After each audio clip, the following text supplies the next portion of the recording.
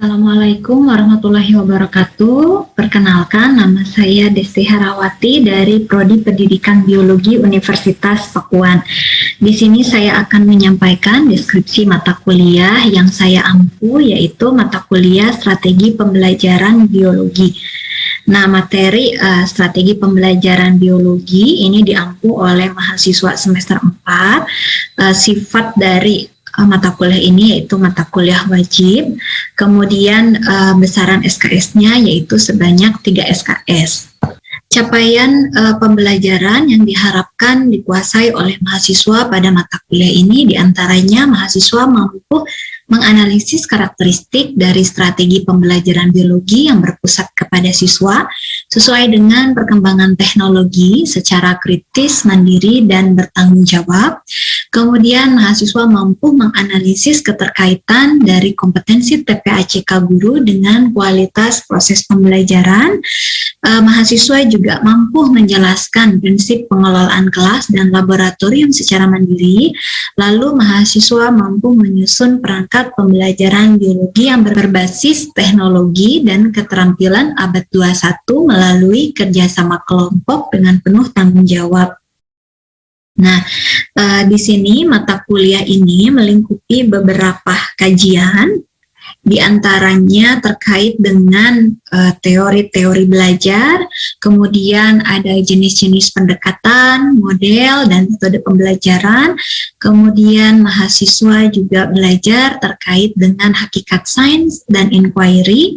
Ada juga model pembelajaran problem-based learning dan project-based learning.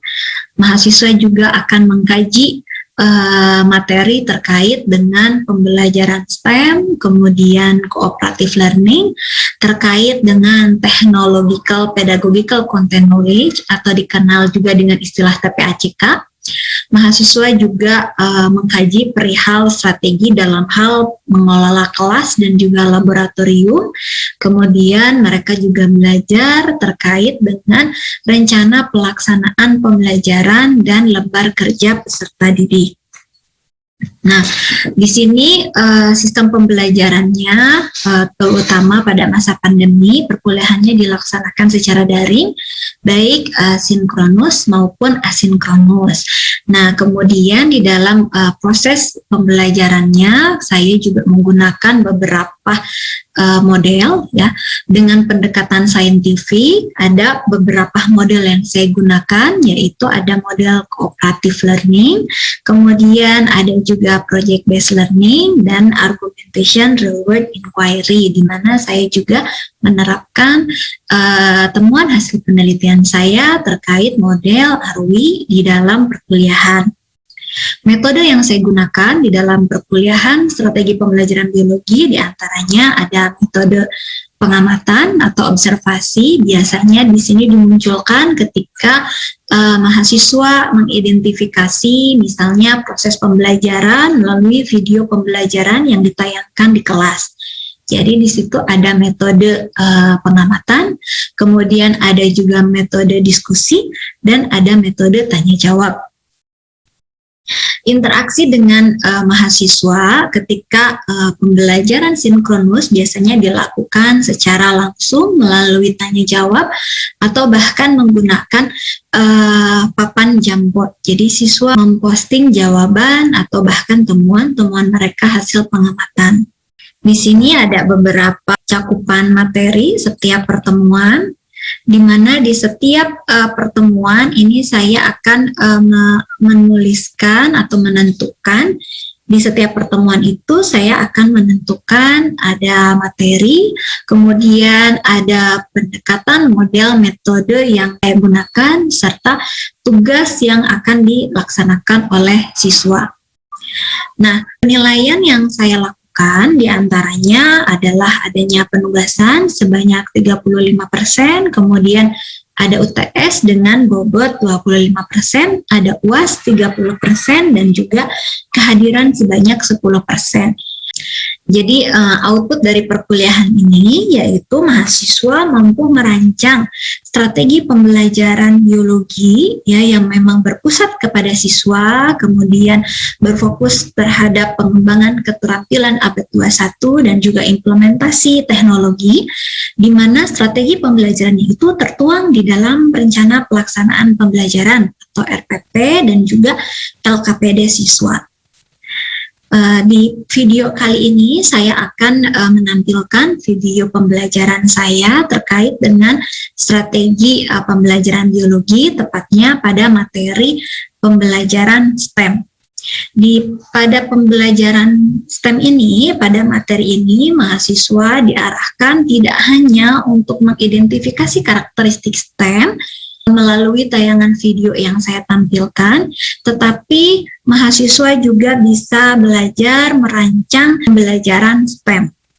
Jadi harapannya adalah melalui mata kuliah ini mahasiswa mampu mengimplementasikan konsep-konsep terkait dengan karakteristik daripada pendekatan, model, metode ke dalam bentuk dari rencana pelaksanaan pembelajaran, sehingga pada saat nanti mereka akan mengajar atau bahkan micro teaching, mereka mampu menyusun strategi pembelajaran yang tepat sesuai dengan kompetensi yang diharapkan.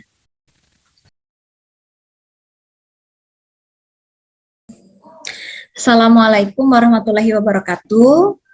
Waalaikumsalam warahmatullahi wabarakatuh. Bagaimana kabarnya semuanya, sehat? Alhamdulillah sehat Ibu. Baik Bu. Alhamdulillah, ya mudah-mudahan kita semua sehat selalu diberikan kemudahan gitu ya dalam perkuliahan. Mudah-mudahan juga nanti kita bisa kuliah tatap muka ya. Nah, hari ini kita bertemu kembali dalam perkuliahan strategi pembelajaran biologi. Akan memasuki materi yang baru ya. Nah, saya akan sharekan di sini. Nah, saya akan sharekan ada sebuah video pembelajaran, Anda coba amati ya. Kemudian Anda catat kira-kira aktivitas belajar siswanya itu apa saja ya, stimulus dari gurunya itu apa ya.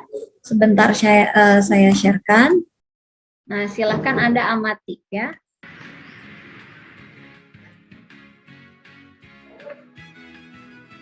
Sebagai salah satu kebutuhan gizi, membeli sayur sudah menjadi kegiatan hari-hari kaum. Baik. Nah, kalau sudah, maka di sini saya akan sharekan, ini ada link Jamboardnya. Nah, Anda coba tuliskan temuan Anda tentang aktivitas belajar siswa tadi, ya di video pembelajaran tadi, di Jamboard tersebut, ya. Baik. Nah, silahkan siapa yang mau memposting di sini ya. Silahkan, temuan Anda tadi siswanya ngapain aja sih, diarahkan apa aja oleh gurunya. Nah, boleh silahkan masing-masing memposting di sini ya, temuan Anda dari hasil observasi tadi.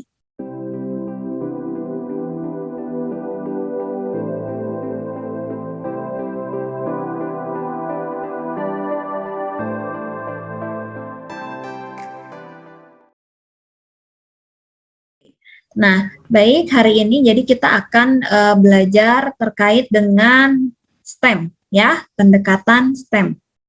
Baik, STEM ya, kepanjangannya ada Science, Teknologi, Engineering, dan Matematik ya. Baik. Nah, tujuan perkuliahannya di sini yaitu Anda dapat menjelaskan karakteristik pembelajaran STEM, kemudian mengidentifikasi peranan STEM, peranan pembelajaran STEM, dan juga mampu merancang pembelajaran STEM. Apa itu pendekatan STEM? Ya, pendekatan STEM adalah pendidikan, ya, pendekatan pendidikan yang mengintegrasikan. Nah, ini ya, di sini adalah science, teknologi, rekayasa, dan tadi ya adanya integrasi. Dengan jadi fokus dalam pemecahan masalah dalam siswa belajarnya dalam mata pelajaran biologi ya, antara siswa itu mengintegrasikan prinsip antara science atau teknologi dan rekayasa, kemudian keterampilan teknologi, keterampilan rekayasa, engineer, dan juga keterampilan matematika dalam proyek tersebut. Ya, mengapa harus STEM? Ada yang tahu? tadi saya sudah singgung bahwa melalui STEM itu kita bisa meningkatkan keterampilan abad 21. Ada yang tahu nggak keterampilan abad 21 itu apa aja? Yang 4C ya, Bu. Ya. Critical thinking and problem solving, terus kreativitas, komunikasi, sama kemampuan untuk bekerja ya, Bu. Iya, betul Aura.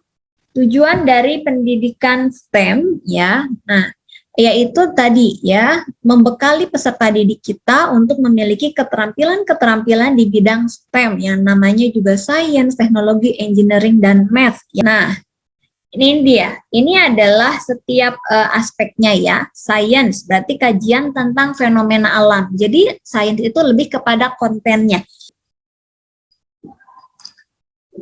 Nah, ini aspek tujuan pendidikan STEM ya, ada tujuannya. Ini adalah kemampuan tadi ya abad 21 yang bisa dilatihkan melalui pembelajaran STEM ya. Tadi sudah kita singgung, ada kreativitas, berpikir kritis, kolaborasi ya, komunikasi, penelitian, dan juga kemampuan memecahkan masalah. Nah, ini aspek STEM itu dia meliputi ada dua jenis praktis ya, ada yang tersusun atas metode ilmiah dan juga ada metode engineer ya. Ada yang mau ditanyakan terkait dengan pembelajaran STEM?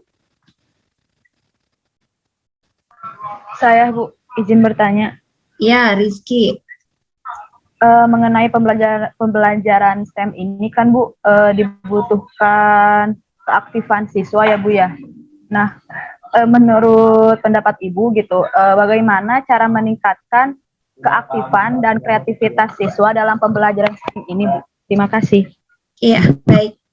Nah, cara mengaktifkannya yaitu tadi salah satunya kita bisa memberikan berbagai macam stimulus ya. Bisa jadi siswa yang memang tidak aktif di kelas mungkin tidak pernah dibiasakan oleh gurunya. Ya, mungkin gurunya itu seringnya ceramah atau mungkin pembelajarannya teacher center gitu ya, atau mungkin tidak diberikan kesempatan kepada anak untuk mengungkapkan pendapat gagasan ya, kesempatannya tidak sama rata gitu. Nah, salah satunya adalah guru bisa memberikan stimulus misalnya berupa penambahan reward gitu ya, adanya reward. Rewardnya itu apakah boleh penambahan poin gitu ya, atau bahkan misalnya diberikan stiker bahwa dia jadi starnya gitu ya di kelas itu juga bisa ya. Nah, biasanya kalau untuk anak SMP, anak SMA itu mereka dengan kita berikan tambahan nilai juga itu akan sangat memicu semangat mereka untuk aktif ya. Selain itu sebagai seorang guru kita juga harus rolling gitu ya. Jadi kita beri kesempatan yang lain. Misalnya Rizky aktif. Nah, nanti guru harus berikan kesempatan ke siswa yang lain. Boleh kita misalnya tunjuk gitu ya, atau boleh kita beri kesempatan agar dia mau mengacungkan tangan ya. Jadi yang aktifnya itu merata ya, tidak hanya satu atau dua orang begitu ya. Nah, kemudian juga adalah strategi mengajar guru juga ini akan sangat berpengaruh ya. Apakah misalnya gurunya itu berpusat pada siswa pembelajarannya, misalnya siswanya harus berdiskusi. Nah, itu akan berbeda ketika misalnya siswanya hanya mendengarkan guru saja gitu ya, Rizky. Jadi banyak teknik-teknik yang memang bisa dilaksanakan oleh guru untuk memicu anak aktif di kelas ya. Betul, jadi salah satunya melalui STEM ini agar siswanya itu dia bisa terlatih kemampuan berpikirnya ya.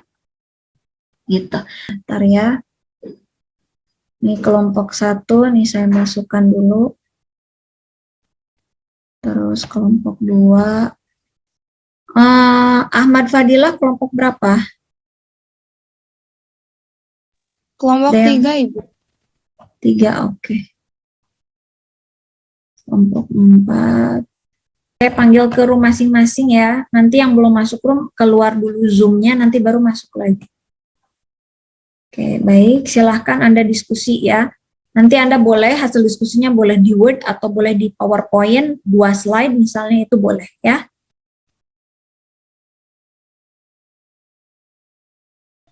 Kita mau bahas apa, Mel, jadinya? Hari ini kita mau diskusi tentang model pembelajaran STEM.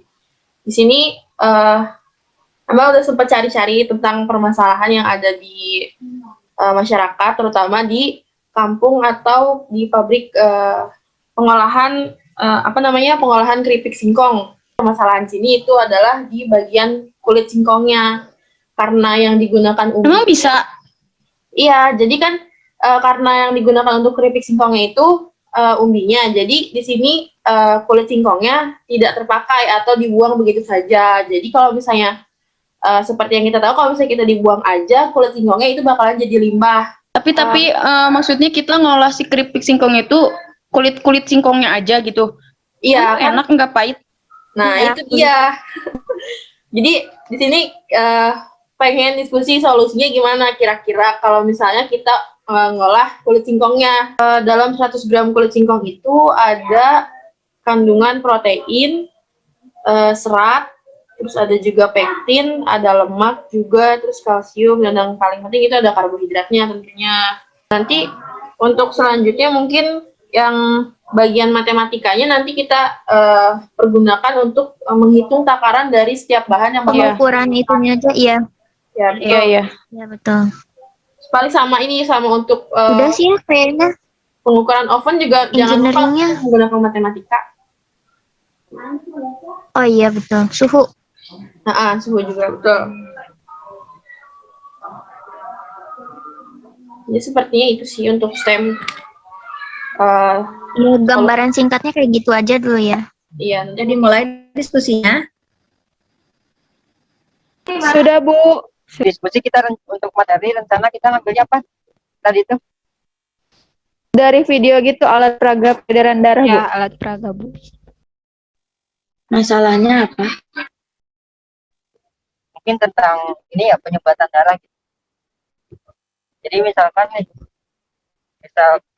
nanti di alat peraga Bentar, muncul gak share screen-nya? Oke, udah. Kesalahannya bisa nggak sih apa yang menyebabkan penyumbatan darah? Jadi ada alat peraga gitu. Bisa. Tapi, jadi si alat peraganya itu buat gimana sih? Bingung. Gimana Mak tadi, Mak? Iya, alat peraganya biar tahu gitu kalau misalnya terjadi penyumbatan darah itu apa efeknya kan gitu kan? Misalnya kayak di darah itu ada apa gitu, oksigen kayak gitu, karbon dioksida gitu nggak sih? Iya, bisa di sains. Ya. Kandungan yang terkandung di darah gitu ya. Udah suruh keluar nih. Udah suruh keluar. Gimana? Ya. Top share. Ya.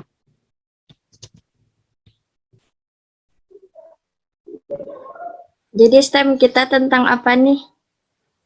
Jadi yang pupuk kompos. Ya udah, pupuk kompos aja kali.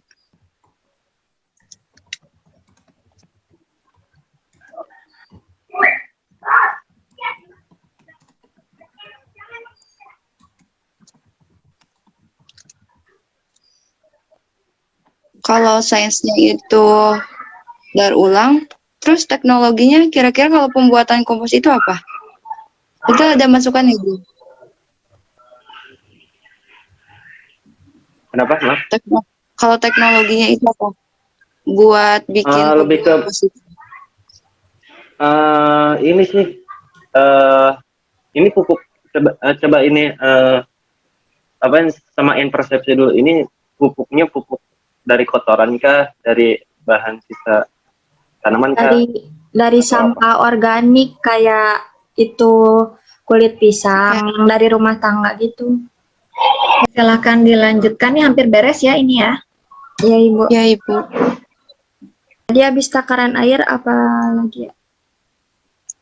Ada lagi nggak ada? Menurut Padel yang itu selain takaran air buat pembuatan pupuk itu apa lagi? Enda ada nggak ada?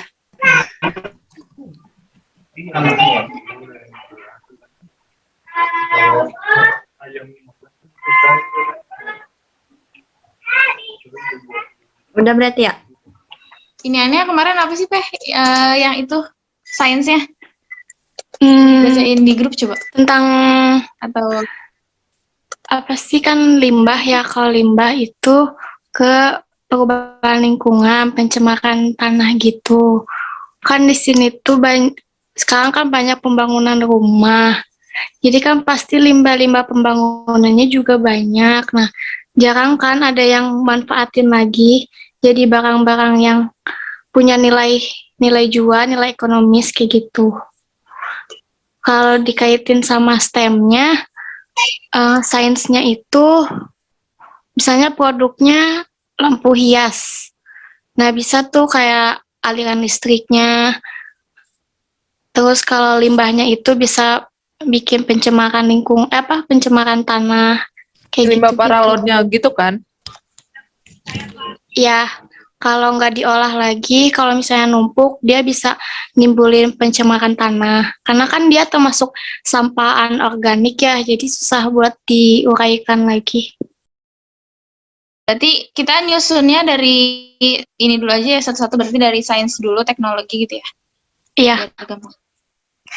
Berarti sainsnya perubahan lingkungan, yaitu penggunaan limbah lingkungan yang tersisa dari sampah anorganik yang sulit diuraikan. iya. Iya, bisa. Jadi bisa menyebabkan pencemaran lingkungan, pencemaran tanah gitu. Teknologinya berarti dari alat-alatnya apa?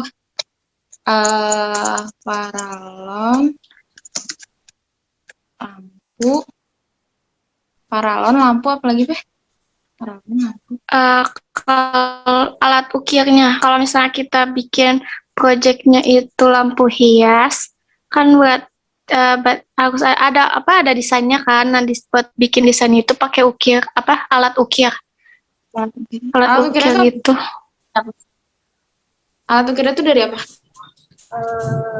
Bisa Terus buat potong paralonnya ya gak sih? dan merangkai tanaman kayu dengan mesin. Iya, buat potong paralonnya bisa pakai gergaji atau mesin gitu. Kalau itunya alat ukir aja tulisnya. Ada tuh yang kayak pensil gitu, pensil besi, nanti dia dicolokin gitu ke listrik. Kalau untuk pemilihan desainnya juga itu bisa masuk ke teknologi gak? Kan kita cari-cari di internet atau gimana gitu. Bisa. Kayaknya itu mah yang engineering gak sih? Atau teknologi? Iya, engineering itu. Iya bisa. Rancangan kan? Iya, proses pembuatannya juga kan? Iya. Masalahnya tentang apa? Tentang perubahan lingkungan, Bu. Proyeknya mau apa proyeknya? Pemanfaatan limbah. Jadi limbahnya itu diolah lagi jadi lampu hias. Oke, ya. Bagus ya. Silakan dilanjutkan ya. Baik, Ibu. Oke. Berarti ini langsung keluar aja ya? Langsung ke main room.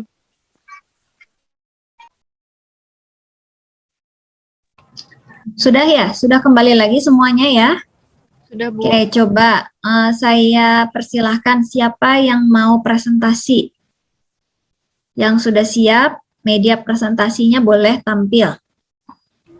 Dijelasinnya semuanya, Bu. Perwakilan aja. Satu orang. Siapa kelompok 3 mau? Kelompok saya mau. Kelompok 3. Ya, boleh, kelompok 3 silahkan. Baik, topik yang dipilihnya terkait apa topiknya? Topik biologinya? Pembuatan kompos dari bahan limbah, Bu.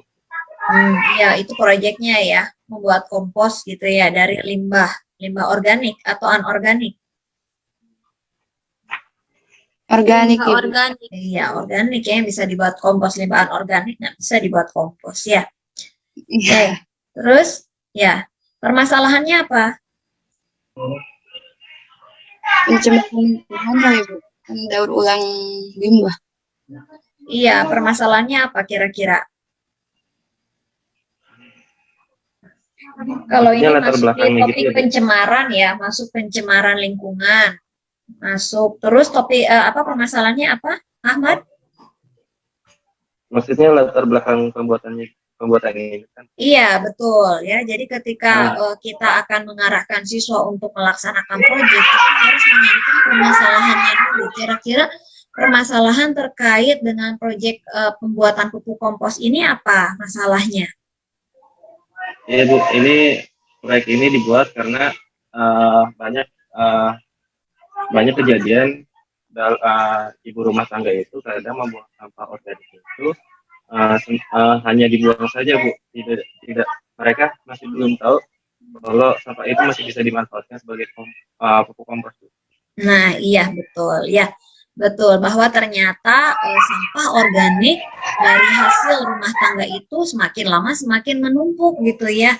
Ibu-ibu rumah tangga juga bingung langsung dibuang gitu ya. Padahal sampah organik tersebut yang berasal dari rumah tangga itu punya potensi sebagai pupuk kompos ya. Jadi nah itu permasalahannya nanti di desain Anda sajikan dulu ya, Anda sajikan permasalahannya apa nih gitu ya. Kalau ada artikel berita yang ada di lingkungan sekitar itu juga bisa dimasukkan, baru nanti penentuan ke arahnya proyek berarti membuat pupuk kompos siswanya ya. Nah terus bagaimana melalui proyek ini bisa melatih STEM?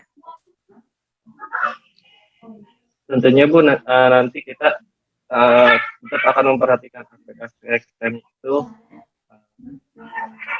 mulai dari sains juga sampai ke matematiknya juga, Bu. Jadi walaupun dalam pengolahan itu tidak ada STEM, tetap kami akan cantumkan. Nah, kalau misalnya proyek ini di-STEM-kan, aspek sainsnya apa di dalam proyek ini? Ini Bu, mungkin terletak pada pemanfaatan sampah menjadi produk yang berguna lagi Bu. Jadi nggak cuman sekadar untuk dibuang aja. Terus apa lagi? Kalau sains berarti juga terkait dengan konten sainsnya. Ini engineer-nya lebih kepada tekniknya ya. Mereka tidak perlu membuat alat untuk menyimpan pupuk komposnya berarti ya. Baik, kelompok 3, terima kasih atas presentasinya. Silahkan di stop share. Nah, jadi itu untuk pembelajaran STEM hari ini. Terima kasih. Ada pertanyaan kira-kira? Sebelum kita tutup perkuliahannya, apakah ada pertanyaan? Dari saya cukup, Bu. Cukup, baik. Ya, kita review bersama ya. Nah, berarti jadi hari ini kita sudah belajar tentang STEM. Nah, kira-kira kepanjangannya apa STEM itu? Science, teknologi, engineering, matematik ya. Oke. Nah, sebelum kita menutup perkuliahan, di sini saya ada kuis ya. Nah, silahkan Anda ikut join ya. Saya share screen kan. Ya, kuisnya tidak akan lengkap tanpa kehadiranmu ya. Jadi silahkan join, ini ada kodenya, silahkan Anda masukkan kodenya.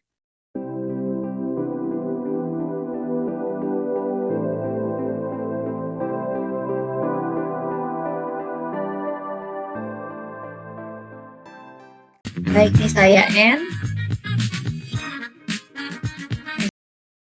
Baik, jadi yang pertama ada Keke Handayani, kedua Amel, ketiga Linda ya. Baik, itu saja untuk perkuliahan di hari ini. Terima kasih ya atas perhatiannya, terima kasih juga atas waktunya. Mudah-mudahan kita semua sehat selalu. Kita ketemu lagi minggu depan ya. Baik, saya tutup perkuliahannya. Wabillahi taufiq wal hidayah. Wassalamualaikum warahmatullahi wabarakatuh. Waalaikumsalam warahmatullahi wabarakatuh. Terima kasih, Bu.